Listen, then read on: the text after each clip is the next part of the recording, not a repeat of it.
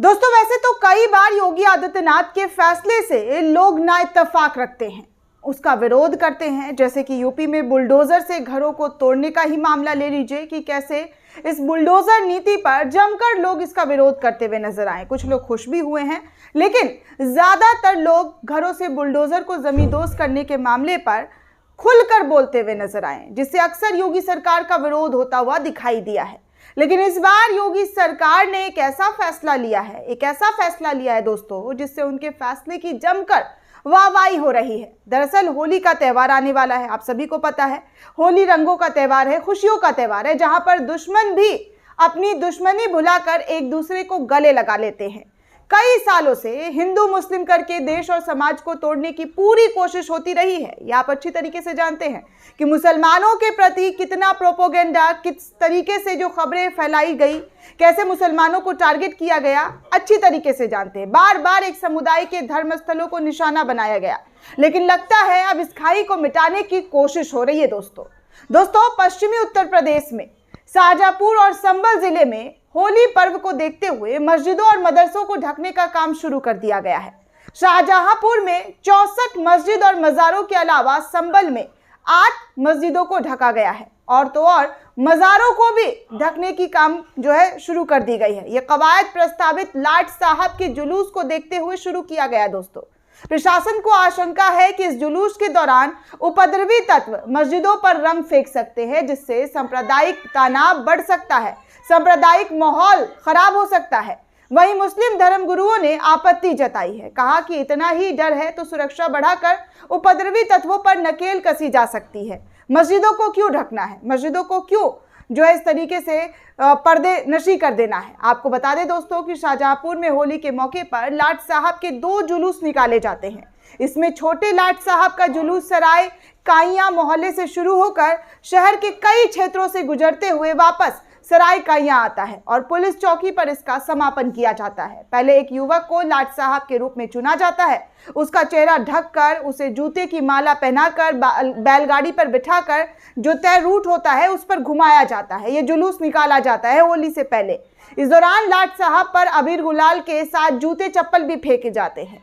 दोस्तों शाहजहांपुर में लाट साहब के 2 जुलूस निकाले जाते हैं, जिसके छोटे और बड़े लाट साहब के नाम से जाना जाता है। छोटे लाट साहब का जुलूस, जैसा कि अभी मैंने आपको बताया कि सराय काइयां मोहल्ले से निकल कर जाता है और अलग अलग क्षेत्रों में जो तय रूट होता है वहां से गुजरते हुए निकल कर जाता है और फिर पुलिस चौकी पर समाप्त हो जाता है। इसी तरीके से बड़े लाट साहब का जुलूस भी चौक से शुरू होता है। इसका रूट करीब 8 किलोमीटर का है, जहां कोतवाल उनको सलामी देकर नेक देते हैं। उसके बाद रोशनगंज, बैरी चौक, अंटा चौराहा और इन तमाम जगहों से होते हुए थाना सदर बाजार क्षेत्र में ये जुलूस प्रवेश करने के बाद बाबा विश्वनाथ मंदिर तक ले जाकर उसका समापन कर दिया जाता है।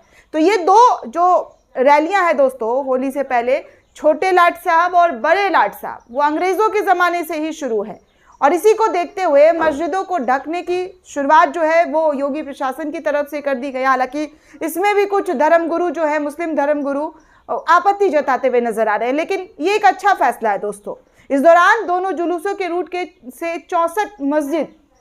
67 मस्जिद मज़ारों पर जो है ढक दिया गया है, ताकि इस दौरान धार्मिक स्थल पर रंग फेंक कर कोई माहौल ना बिगाड़ सके, कोई हंगामा, कोई बखेड़ा ना खड़ा हो सके। इतिहासकारों के अनुसार ये परंपरा शाहजहांपुर के अंतिम नवाब अब्दुल्ला खान ने 1786 से 1747 में शुरू की थी। किले पर पुनः कब्जा करने के बाद इसकी शुरुआत की गई थी। उन्होंने किला मोहल्ला में एक रंग महल बनवाया था, अब उसे रंग मोहल्ला बोलते हैं।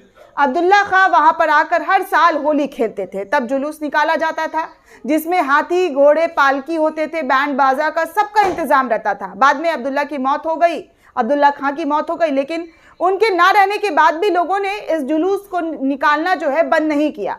ये परंपरा हमेशा से रही और ये आज तक होती रही है।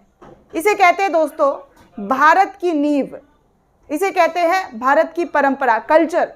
दोस्तों बाद में अंग्रेजों का शासन आया, लेकिन होली पर नवाब का जुलूस निकालने पर प्रतिबंध जो है वो लगा दिया गया था, लेकिन लोगों ने जुलूस निकालना बंद नहीं किया था। अंग्रेजों ने बंद करने की कोशिश की थी, लेकिन नहीं बंद हुआ, उसके तरीके बदल दिए गए। पहले तो जो जुलूस उत्सव के रूप में निकाला जाता था, अब उसे अंग्रेजों के विरोध में निकाला जाने लगा। इसका नाम नवाब साहब के जुलूस की जगह लाट साहब का जुलूस कर दिया गया। अंग्रेजों को भारत के लोगों पर बहुत ज़्यादा जुल्म किया हुआ है दोस्तों। आप सभी को पता है कि अंग्रेज़ों ने भारत पर कितना जुल्म किया, भारत लोगों पर कितना जुल्म किया।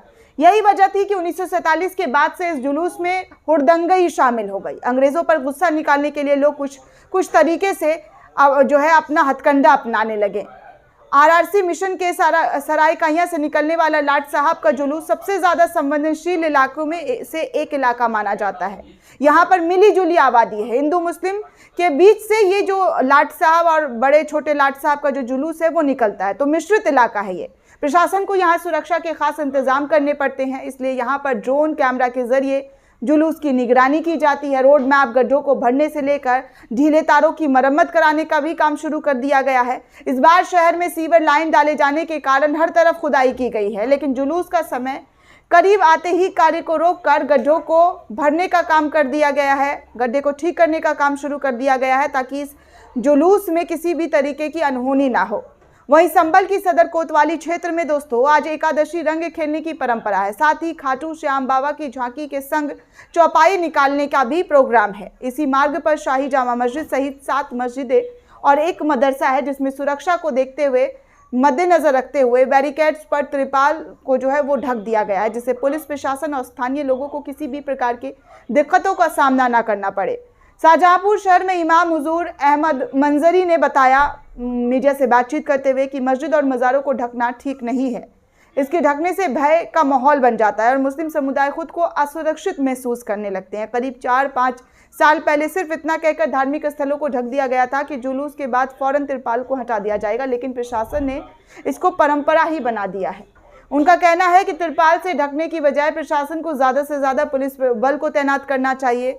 पुलिस प्रशासन को चौबंद रहना चाहिए ताकि ऐसी कोई भी घटना ना हो सके। माहौल बिगाड़ने वालों पर कार्रवाई की जाए, नकेल कसा जाए तो किसी की हिम्मत नहीं होनी चाहिए। लेकिन दोस्तों एक तरीके से ये भी सही है कि किसी आफत को दावत देने से अच्छा है कि खुद को ही सेफ कर लिया जाना चाहिए। अब वैसे भी मुसलमानों पर किस तरीके से आरोप और इल्ज़ामों की बौछार लगी रहती है, आप सभी को पता है। कोरोना भारत में आया तो मुसलमानों ने फैला दिया जिहादी और जमाती कर कोरोना बॉम्ब, ना जाने क्या क्या नाम दे दिया गया।